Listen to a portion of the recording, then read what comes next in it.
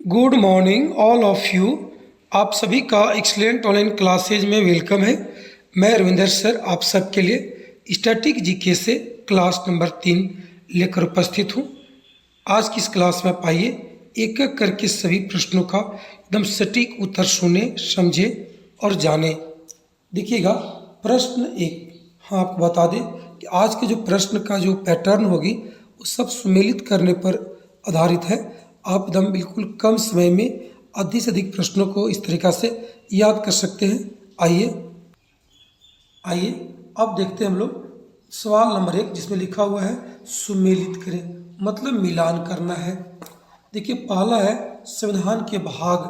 कितना भाग भाई? तो संविधान के भाग जो है अभी वर्तमान में है उनकी संख्या 25 है। मूल में आपको 22 था ही, लेकिन उसके बाद हम लोग देखेंगे कि 9A, 9B और 14A 3 भाग को जोड़ा गया है। इस तरह से 22 + 3 कर लीजिए आप, और आपको टोटल भाग कितना हो जाएगा? 25 हो जाएगा। चलिए अगला देखिएगा, लिखा हुआ है संविधान के अनुच्छेद।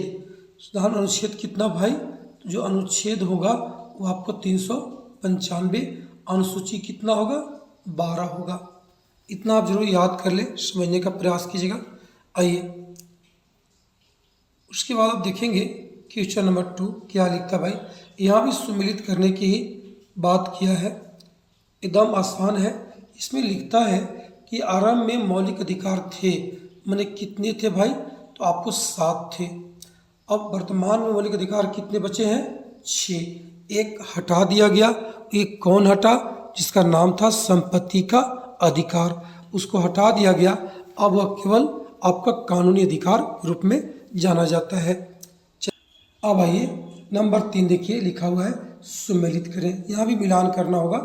लिखा अस्पृश्यता यानी छुआछूत का, देखिए उन्मूलन यहाँ होगा। क्या होगा? उन्मूलन करता है। कौन अनुच्छेद में छुआछूत का अंत या उन्मूलन की बात कही गई है, इसका आपको मिलान करना है। उसके बाद देखिए आप मिलाते चलिए, अच्छा रहेगा। तो देखिए छुआछूत के जो अंत किया भाई वो आपको 17, आर्टिकल कितना है? 17 है। कानून का समान संरक्षण प्राप्त है। तो देखिए इसका जो उत्तर होगा आर्टिकल कितना? 14 में। प्रेस की स्वतंत्रता बहुत इंपॉर्टेंट रहा है। प्रेस की स्वतंत्रता किस अनुच्छेद में निहित है? तो इसको आज आपको याद करना है एकदम। आर्टिकल 19 का 1 कर लीजिएगा। धार्मिक स्वतंत्रता का जो अधिकार है वो आर्टिकल आपका 25 हो जाएगा। और संवैधानिक उपचारों का अधिकार की बात करेगा तो आर्टिकल 32 होगा। एकदम इम्पोर्टेंट है भाई, इसको अच्छे से रखिएगा। आइए अब आगे देखते हैं, बहुत इजी क्या बताया जाए। देखिए सम्मिलित, फिर आपको सुमेलित करना है एकदम। मौलिक अधिकार संविधान के किस भाग में है? अगर मौलिक अधिकार की एकदम एक एक करके आप इसको खाली मिलाते चलिए, तो देखिए जो मौलिक अधिकार है वो भाग 3 में होगा, डी मिलेगा। नीति नेतृत्व जो होगा वो भाग आपका 4 में होगा। मूल कर्तव्य जो है वो भाग 4 क में हो जाएगा। संविधान संशोधन की बात करेंगे हम लोग, संशोधन की बात होगा तो याद रखेंगे भाग 20 में है। और अगर नगर पालिका से बात करेंगे तो भाग कहाँ होगा? 9 में होगा। हो गया, एकदम बिल्कुल इजी है, कहीं कोई दिक्कत नहीं। आप इसको आराम से एक दो बार सुन लीजिए, मिला लीजिए। आगे देखते हैं, अगला है सुमेलित कीजिए। राष्ट्रपति शासन। राष्ट्रपति जो शासन होगा वो लगेगा 356 से। 356 से। राष्ट्रीय आपात होगा वो लगेगा 352 से। अब द्वितीय आपात की बात होगी 360 का। एकदम आपको एक एक करके याद कर लीजिए ताकि सवाल जैसे बने आपको उत्तर करना है। देखिए राष्ट्रपति शासन जो है आर्टिकल 356 में वर्णित है। राष्ट्रीय आपात 352 में है, जबकि द्वितीय आपात आपका 360 में। राष्ट्रपति का ही विशेष अधिकार दिया गया है 352, 356, 360 आर्टिकल के तहत। चलिए आगे देखते हैं।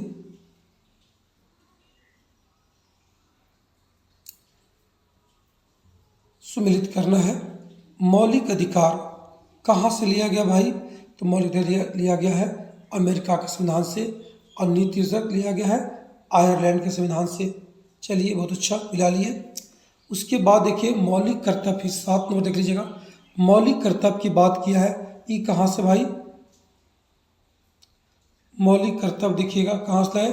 रूस से। लिखिए वाद योग है मौलिक अधिकार, मतलब इस पर हम लोग कोर्ट में जा सकते हैं। वाद योग नहीं है नीति निर्देशक तत्व। अगर सरकार इस पर कुछ अमल नहीं भी करती है तो हम लोग उसको किसी प्रकार से कानूनी अड़चन में नहीं डाल सकते हैं, मैंने उसको केस, उस पर केस नहीं कर सकते। चलिए, बहुत अच्छा, आगे देखते हैं। सुमिलित फिर करना है, बहुत इम्पोर्टेंट है, सिंपल है। देखिए लिखता है संसद का गठन। संसद का जो गठन हम लोग करते हैं सर, उसमें कहाँ कहाँ जाएगा, किस आर्टिकल की बात होगी? तो आर्टिकल 79 से 19 के तहत हम लोग आर्टिकल संसद की गठन की बात करते हैं। राज्यसभा का गठन की बात होगी तो 80 हो जाएगा। लोकसभा की बात होगी तो 81 होगा, और राष्ट्रपति का होगा तो आपको आर्टिकल 52 होगा। एकदम आसान है, बस सुनते जाना है और आप लोग कॉपी में अगर हो तो लिखते जाइएगा। अब 9 देखिए, सुमिलित फिर करना है। राष्ट्रपति बनने की जो योग्यता है, उम्र की बात किया है, तो राष्ट्रपति के लिए कितना? 35 वर्ष कीजिएगा। राज्यसभा का अगर मेंबर बनना है तो 30 वर्ष के लिए, और लोकसभा की बात होगा तो 25 वर्ष। बहुत इजी है लेकिन है इम्पोर्टेंट भाई। आगे देखिएगा, पंचायती राज व्यवस्था का गठन का जो प्रावधान है वो कहाँ किया गया है? एकदम सिंपल, देखिए ये किया गया आर्टिकल 40 में। आर्टिकल 40 स्त्री पुरुष को समान कार्य के लिए समान वेतन देने की बात कही गई है, तो आर्टिकल जो होगा वो 39 थर्ड कहिएगा, सी। एक समान सिविल संहिता नागरिकता जो है, एक समान नागरिकता कानून जो है वो आपको कहाँ 44 में होगा, आर्टिकल 44 में। और समान न्याय निःशुल्क विधि सहायता अगर प्रावधान की बात करेंगे तो आपको आर्टिकल 39 ए का ये आपको सी हो जाएगा। चौथा कर लीजिए, चौथा का डी। अब आइए देखिए, कार्यपालिका और न्यायपालिका एक दूसरे से अलग होंगे, स्वतंत्र होंगे, ये बात कहाँ है? तो आर्टिकल 50 में कहा है।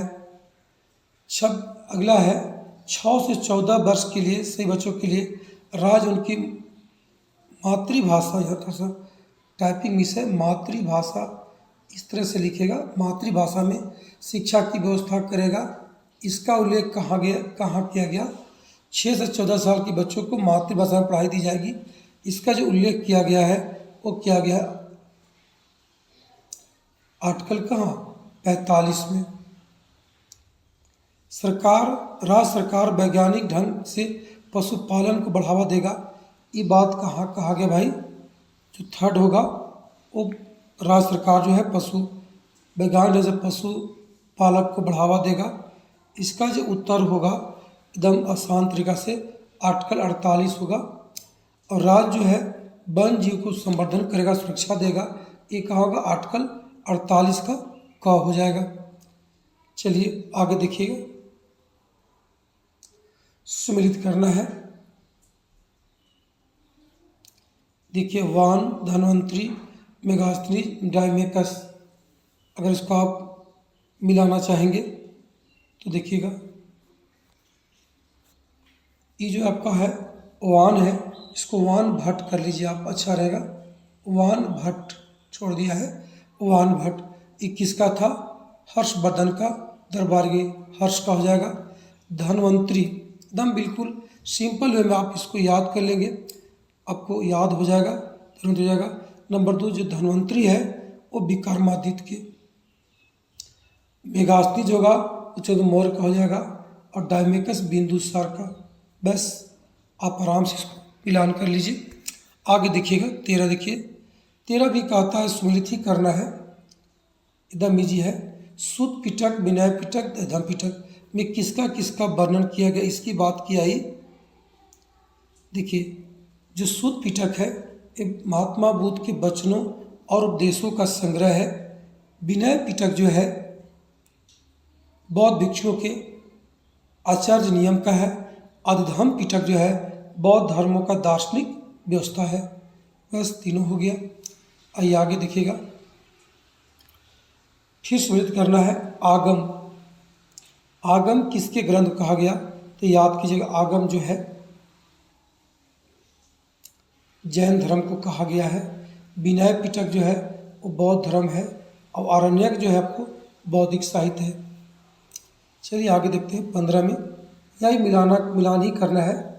लिखता है कि नागानंद, कुमार संभवम, मुद्राक्षस, राजतरंगिणी सब लेखक कुछ दिया है, इजी है। लेकिन भाई जो नागानंद है उसके लिखा हर्षवर्धन, कुमार संभवम एक के लिखा है कालिदास लिखे हैं, मुद्राक्षस के लिखा है विशाख दत्त लिखा है, राजतरंगिणी कल्हन जो कश्मीर के इतिहास का वर्णन किया है। आगे देख, अब देखिए सवाल नंबर 16, यहाँ भी सुमिलित के लिखा हुआ है जूनागढ़ अभिलेख, ये कहाँ मिलेगा, रुद्रदामन से संबंधित है। इहोल अभिलेख देखिएगा पुलकेशियन द्वितीय से। एरन अभिलेख जो है बुद्धगुप्त से है और हाथी गुफा जो अभिलेख है वो खारवेल से है। चलिए धन्यवाद, आपने कंप्लीट वीडियो को देखा, आपको अच्छा लगा होगा ये मेरा पूरा विश्वास है। और निश्चित रूप से आपको इस तरह से प्रश्नों को पढ़ने से याद हो जाएगी, या आपने जो क्लास किया है उसको रिवाइज करने में आपको मदद मिलेगी। चलिए सभी को धन्यवाद, फिर मिलते हैं बहुत जल्द अगले इस क्लास में एकदम बिल्कुल नए सवालों को लेकर के। आप इस चैनल में बने रहिए। अगर आपको अच्छा लगे तो एक बार शेयर करें, सब्सक्राइब करें। धन्यवाद। That's all.